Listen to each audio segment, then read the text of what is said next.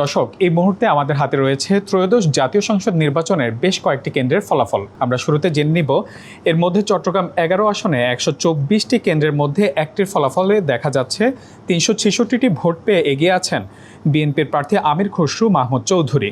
তার নিকটতম প্রতিদ্বন্দ্বী জামায়াত ইসলামীর মোহাম্মদ শফিউল আলম পেয়েছেন 361টি ভোট। এছাড়া এদিকে ঢাকা 8 আসনে কয়েকটি কেন্দ্রের ফল পাওয়া গেছে। এই আসনে ধানের শীষ নিয়ে নির্বাচনে অংশ নিয়েছেন বিএনপির মির্জা আব্বাস, আর শাপলাকলি নিয়ে নির্বাচন করছেন নাসিরউদ্দিন পাটোয়ারি। এই আসনটিতে এর মধ্যে ইউনিভার্সিটি ল্যাবরেটরি স্কুল কেন্দ্রে ধানের শীষ পেয়ে 595 ভোট, শাপলাকলি পেয়েছে 406টি ভোট। ঢাকা বিশ্ববিদ্যালয়ে এনএক্স ভবনে ধানের শীষ পেয়েছে 487টি ভোট, আর শাপলাকলি 187 ভোট। উদয়ন স্কুল কেন্দ্রে শাপলাকলি পেয়েছে 389 ভোট, ধানের শীষ পেয়েছে 293 ভোট। বুয়েটের 1 নম্বর কেন্দ্রে ধানের শীষ 183 এবং শাপলাকলি 320 ভোট পেয়েছে। অন্যদিকে বাংলাদেশ ব্যাংক ক্লাব কেন্দ্রে শাপলাকলি পেয়েছে 398 ও ধানের শীষ পেয়েছে 317 ভোট। ঢাকা 7 আসনে আজমপুর গার্লস স্কুল কেন্দ্রে ধানের শীষ পেয়েছে 616 এবং দাঁড়িপাল্লা পেয়েছে 543টি ভোট।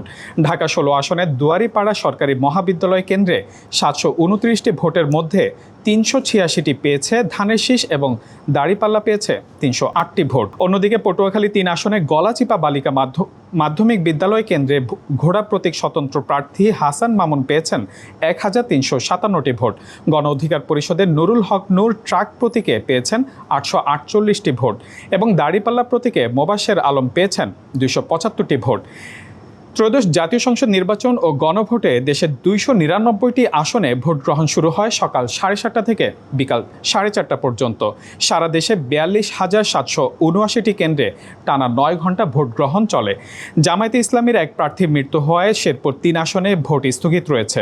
নির্বাচন কমিশনের তথ্য অনুযায়ী এবারের নির্বাচনে মোট ভোটার 12,77,11,793 জন অংশগ্রহণ করেন।